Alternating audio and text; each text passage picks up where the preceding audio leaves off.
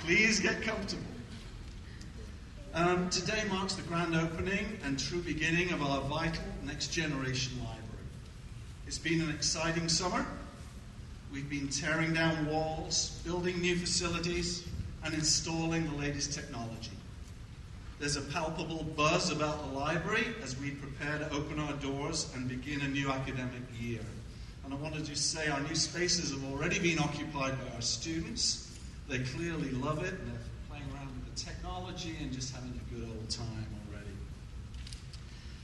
But what on earth is a next generation library? Well, actually, it's not even always on Earth. Just taking off to our north, over there, is a drone that will capture our opening event.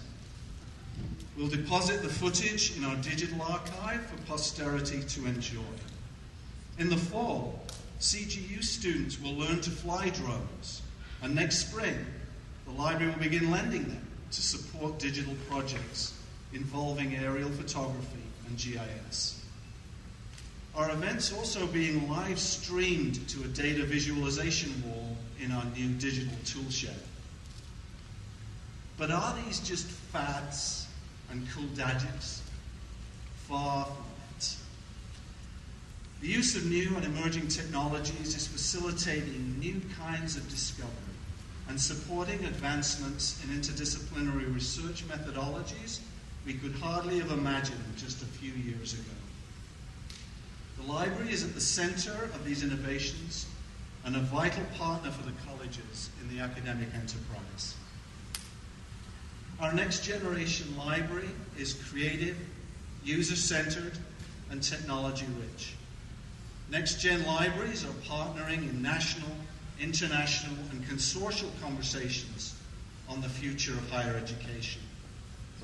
We're adapting to serve the new information needs of our faculty and students, and engaging in digital scholarship and publishing, data curation, and inclusive pedagogy. We serve a vital role, providing resources, services, programs, and facilities that empower faculty and student success. And we do all of this with passion and energy. But our emphasis on new and emerging technologies doesn't mean that print is going away.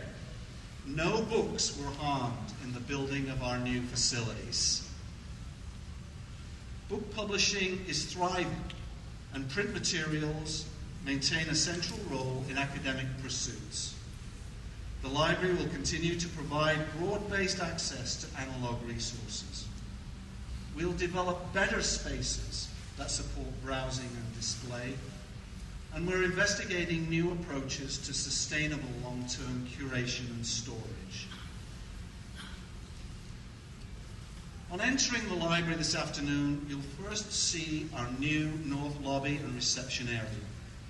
It's a place to plan your visit, attend a program in the Founders Room, meet a friend or colleague, or take in our latest exhibition. This attractive space can also be used for post-program receptions or donor events. Here you can discover the close relationship that exists between analog and digital resources.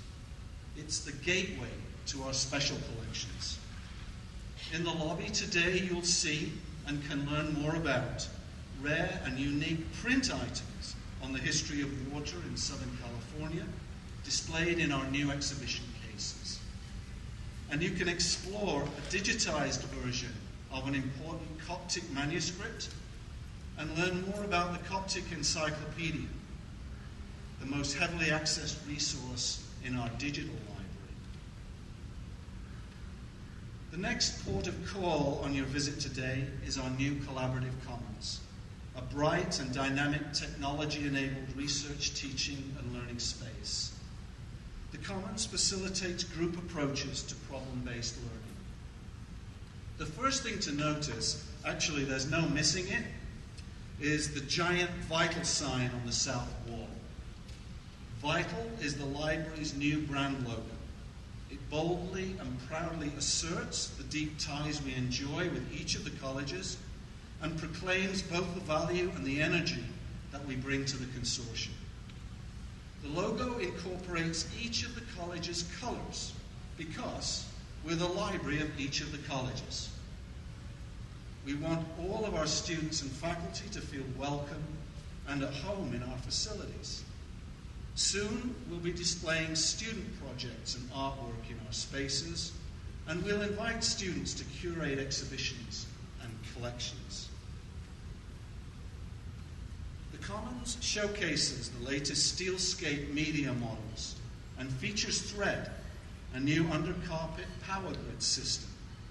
Students will also enjoy our power bars, based on successful airport models, where they can recharge their mobile devices and work uninterrupted for extended periods. The Commons reflects students' expressed desire for collaborative learning and combines social interaction with academic work. The area also includes furnishings designed to facilitate individual study in a social context. Librarians, staff, and peer-to-peer student workers will populate this space, providing users with guidance, expertise, instruction, research consultation, information resources, and digital tools. The Collaborative Commons emphasizes that the library is a vibrant resource for the colleges and a gathering place where faculty, students, and librarians come together to learn, share ideas, and engage in team-based projects using the latest technology. As you enter the library today, please make your way directly through the lobby area to the Commons and find a seat. Fred Leichter, the founding director of the new Sontag Center for Collaborative Creativity, or the Hive, as it's known, will be our first speaker. Fred will tell us about plans for the Hive and how his students might work with the library in the future. Our keynote speaker is Joan Lippincott, an internationally recognized expert on designing learning spaces in academic libraries. Joan will discuss some of the new ways that libraries are contributing to student success. Following Joan's remarks, we invite you to visit the Digital Toolshed, the third of our new facilities. We had fun with this name. This shed is in fact a state-of-the-art facility where students and faculty can use digital tools to visualize data, make movies, and engage in deep text mining of rich web-based content. Students from the Hive helped with the design and provided valuable insights on what we should include. The Toolshed and the Digital Research Studio on the third floor of the library support the Mellon Digital Humanities Intercollegiate Award. In the Toolshed, you'll hear today from Craig Dietrich, the Research Studio Director, and see demonstrations of the new technologies. Later in the afternoon, our event will become an open house. Faculty, library staff, and students will demonstrate a variety of resources, programs, and projects at the Mediascapes in the Commons. We'll host a series of tech challenges in the Toolshed, and experts will discuss the exhibition and digital displays in the North Lobby. Attendees can complete bingo cards with stickers they collect at each of the Mediascape stations and enter a drawing for 2 iPads, one just for students and one for faculty and staff. Most importantly, we'll be serving appetizers in the Toolshed after his keynote address at around 4:15 and coffee and cupcakes in the North Lobby a little after 5 o'clock. The library's on a roll. During the last year, we've installed a new PA system, upgraded the Founders Room presentation and AV equipment, changed the Mud Conference Room into a reservable, tech-enabled teaching and learning facility, installed new wireless projectors in the group study rooms, and improved the first floor press, our analog makerspace. But this is just the beginning. We're creating a teaching and learning center and transforming our Asian library to support new intercollegiate award initiatives. Over the winter break, we'll improve the remainder of the second floor and also the south entrance and cafe areas. After the spring semester, We'll complete the second floor project and then turn our attention to improving individual and group study spaces on the fourth floor, the quietest of our facilities and the one heavily used by faculty and graduate students. By 2020, both the physical and virtual library will have been completely revitalized. Big projects like these could not be completed without the advocacy and support of many individuals. It starts at the top with the presidents and the deans, but I need to make special mention here of the help provided by Jacob Adams, Vice President and Provost of CGU, and the library's lead college dean, and by Stieg Landskog, CEO of the CUC. Jacob and Stieg have worked closely with me to make these new facilities happen. My thanks go first and foremost to our three library project leads, Sam Cohn, Michael Little, and Ashley Sanders, and our new communications and programs coordinator, Margaret Ellsworth. Sam, Michael, Ashley, and Margaret have worked tirelessly and expertly with their teams, and with Laurie Hussain, John Moe, Jack Weimer, and their teams from CUC to plan and implement the new facilities we're opening today. I'd like to extend a special show of appreciation here to Dave Fresquez from CUC.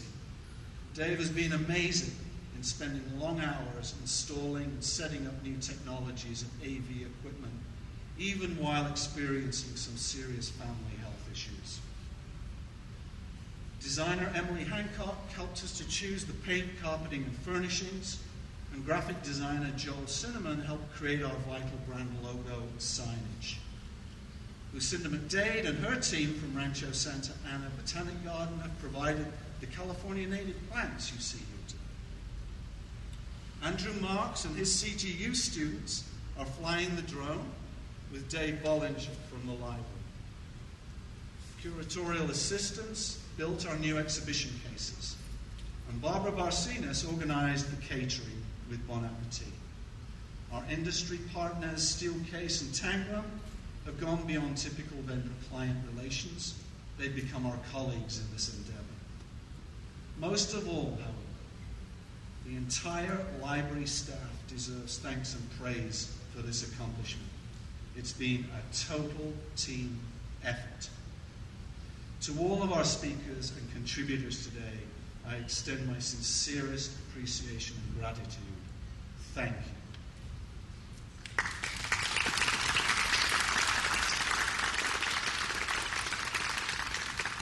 I'd now like to invite Jacob Adams to the podium to say a few words. Good afternoon, everybody. I just have to start with the obvious. This is the strangest distribution of an audience I have ever seen. I am not sure what this self-selection process tells us about personality or the future of the library.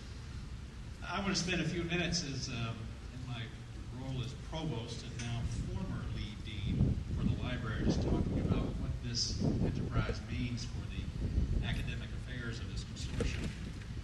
4 years ago, the presidents and chief academic officers of these colleges joined together to turn a page on the library we share, to govern it in a more meaningful way.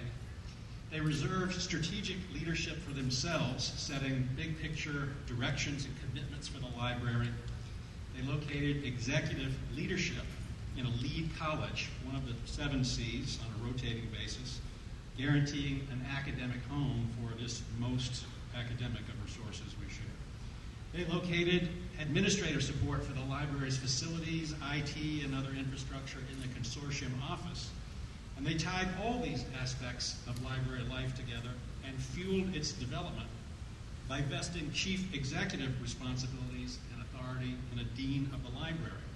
In so doing, the presidents and academic officers signaled the central importance of the library to the intellectual life of the colleges, and they ensured that the library's stewardship would be commensurate with the central role it plays in our teaching and learning, our research and practice. For a library to be the chief academic resource of the Claremont colleges is no mean feat. Just think about this consortium for a moment. The 5 undergraduate and 2 graduate institutions are selective, rigorous, ambitious, vital institutions. And you can see these traits in the missions they espouse. It all started with Pomona, whose mission says in part that it inspires students of exceptional promise to engage in probing inquiry and creative learning. It guides their contributions as the next generation of leaders, scholars, artists, and citizens. CGU came along next. It prepares a diverse group of outstanding individuals for leadership roles in the worldwide community through research, teaching, and practice in selected fields. Scripps educates women to develop their intellects and talents through active participation in a community of scholars. CMC, which showed up right after World War II, educates students in and translational sciences. Now, all these missions demonstrate how this wonderful collection of colleges promotes the life of the mind and our lives lived in community with others. And whether any one college focuses on or fosters knowledge and skills essential for its students to take part in civic life, or makes original contributions to human knowledge, or serves and transforms diverse communities, all of us are privileged every day to be part of this great intellectual enterprise where our job is to understand better how the world works and to use that knowledge to make the world a better place. Now, this job isn't getting any easier. We operate in intellectual communities that span not just disciplinary and institutional boundaries, but national ones that encompass academies, governments, foundations, businesses, and think tanks. We operate in a global information environment, the world of big data, with rapidly changing technologies that make it available. It used to be that the phrase, "the world is at our fingertips," was a metaphor. Now it's a reality. As a result, we experience a wealth of information more vast than our forebears could have imagined, but also more complex, for information curation, synthesis, assessment, and problem solving have skyrocketed. How are we to navigate this increasingly complex environment, and one that is so fundamental to our success? Well, we do it with the one resource we share, whose span of operations is as broad as the world we encounter. We do it with the library. But what library? Remember that old car commercial that tried to signal a new day in automobile technology? This isn't your father's Oldsmobile anymore? Well, this isn't your father's or your mother's library anymore either. When we cut this ribbon, and we'll get to cutting it before it melts in the heat, when we cut this ribbon, we'll walk into a refreshed and increasingly vital library, one designed for today's students and faculty, for today's information and learning challenges. For me, this change is visceral. I walked into this library for the first time not as a provost, not as a faculty member, not even as a graduate student, but as a freshman in a year to remain unnamed. That's not a joke line. When I walked in there that first time, you know what I encountered? That whole space is full of card catalogs. Big, bulky, clunky oak pieces of furniture with little tiny drawers and pieces of paper in them that seem always to be getting lost. The card catalog was there. There was funky lighting there, and truth be told, there were librarians who kept shushing me. They were in there too. Those days are long gone. What's that? Hey, don't get cute. Those days are long gone, and I've had a front row seat in the change. Because while CGU was serving as the first lead college for the library, I had the privilege of serving as the lead dean, which meant I got a chance to work closely with Kevin Mulroy and his group and to watch up close the transformation that was taking place. In a very short span of time, Kevin and his able team have worked in conversation with all the campuses, with faculty and students, to build a shared vision for the library. They've expanded our access to worldwide collections, brought us a new wealth of e-resources, resource sharing, and shared print initiatives. They've launched a user-driven approach to acquisition, which means when we go in there, we get what we need, not just what they have. They build support for research data services, engage students through undergraduate research awards, improved access to primary resources and special collections, integrated information literacy into our curriculum. They've remodeled the facilities, and that's going to be the show and tell part of the program shortly. And they become our partners, positioning the library as a central player in the digital humanities and at the forefront of developing a center for inclusive pedagogy. improving support for faculty and students is part and parcel of what they do and have done, and we all rely on them to help us navigate an increasingly complex information environment. They've done these things for us and with us. They've done it all on budget, which as a provost I have to appreciate in a particular way. And with projects like Claremont Discourse and Rebook, where folks are making art out of recycled books, they've made it fun too. We care about these developments. We applaud these developments because they help us succeed. Remember where I started, with the presidents and chief academic officers recapturing the notion of the library as our primary shared academic resource. Well, what Kevin and his team are accomplishing supports not just our college missions, but student recruitment and retention, student experience, student learning, faculty research productivity, faculty grant proposals. Their work strengthens our information literacy, our course content, readings, reserves, and assignments, our accreditation, even our higher education assessment. In all these ways, the library helps us succeed. The changes afoot in there open a new world of information resources to us that help us be productive in new ways. And the team is standing by to show us the way. What's more, they're just building ahead of steam. What we're seeing today is a down payment on an increasingly vital library. So Kevin, congratulations to you and your team, and thank you all for shepherding us into a library future that increasingly matches our world, our work, and our aspirations. Thank you all.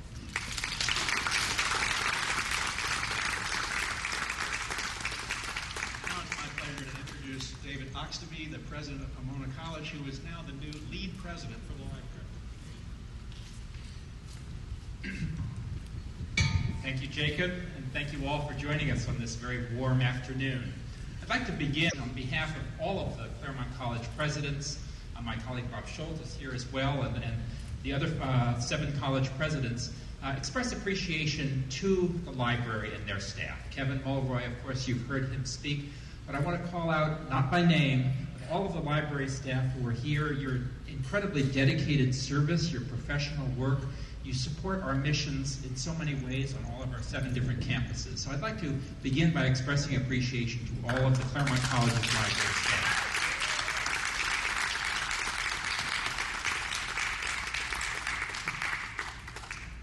So we've heard Jacob Adams has described the lead college model, which was put into place a few years ago by the Claremont colleges to ensure that the library be really at the core of our academic mission as colleges here in Claremont.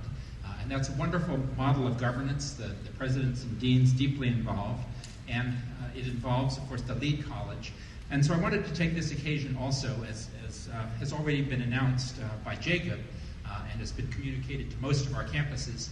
Today, Pomona College did become the lead college for the next 5-year period. I'm really pleased to take on that honor and responsibility and look forward to working with my colleagues at Pomona in the lead college role. I'd also like to introduce our lead college dean, Audrey Bilger, who joins us here as well.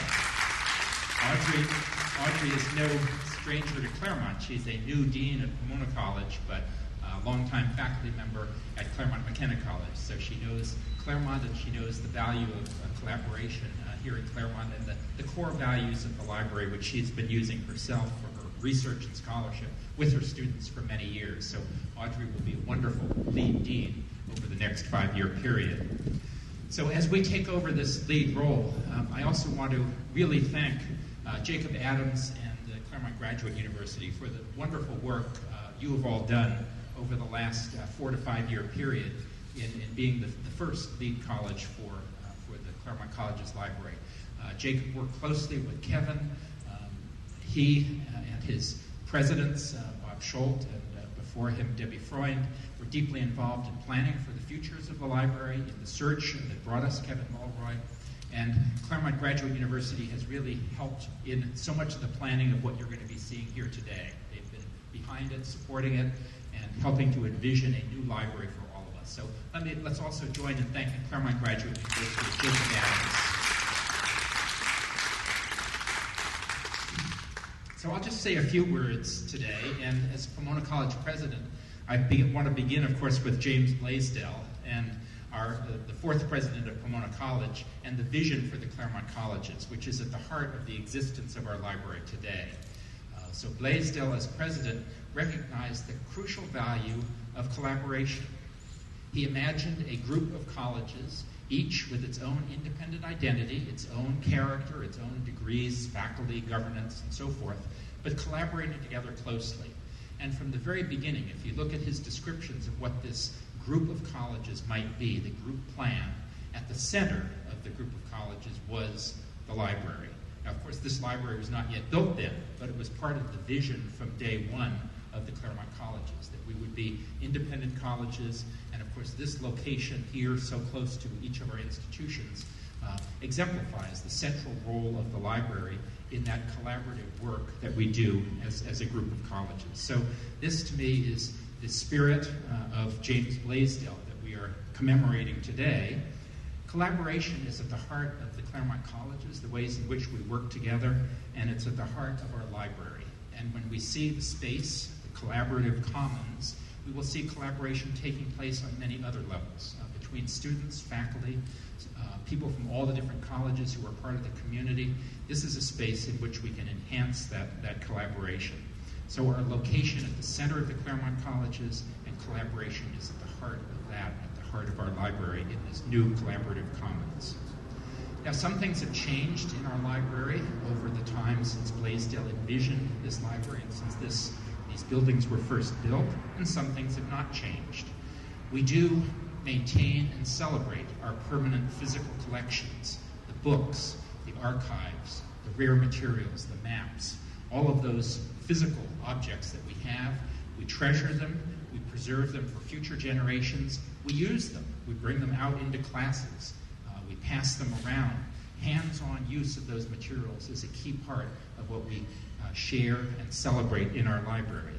But of course, libraries have changed, and so much of what we do now involves virtual materials, digital materials. It involves connecting with using technical tools, information technology tools, connecting to the whole world.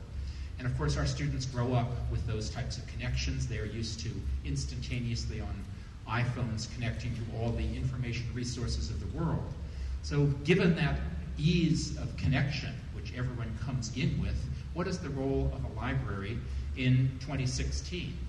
Part of the role, of course, is to help us understand those connections, help our students to learn what can be trusted, what cannot be trusted, how to access those information resources, how to question them, connect them, and use them in scholarship and research and teaching. And so, as we go to a more virtual, more digital world, the library continues to play a very, very central role. You will see in the digital toolshed some of the ways in which we are using those digital materials in exciting new ways. So the educational role of the library, which is at the center of its mission, continues, providing connections of people to information, helping everyone to connect with each other as well, to work together, to develop new ideas, and to create changes in the world. That's the fundamental role of the library. And for faculty in their research, their independent research, their research with students, that the library is an absolutely vital resource. This is a wonderful day today, the day before classes start on our campuses. We have new students who have joined our community in the last week. We welcome to our campuses. This is the beginning of a wonderful year. Classrooms are opening up, faculty, students meeting each other for the first time. And so to have this new library resource available today and to celebrate it with our opening, the timing could not have been better. So let's begin with this process. I'd like to invite a few people to join me in cutting the ribbon for the library, and then invite all of you, of course, to go through these entrance doors on the north side and see the dramatically transformed new spaces that we have available for our use. So let me invite, symbolically, I'd like to invite, first of all, Jacob to join as the lead dean from Claremont Graduate University, who helped in the planning of this process. I'd like to invite Laurie Hussein from the Claremont University Consortium. Stieg Landskog was not able to be here today, but Laurie, as vice president, was deeply involved in planning and budgeting and timeline for this special project. And then, of course, I'd like to invite Kevin Mulroy as director of the library to join in the cutting the ribbon for this very special new space that we are opening today. Thank you very much.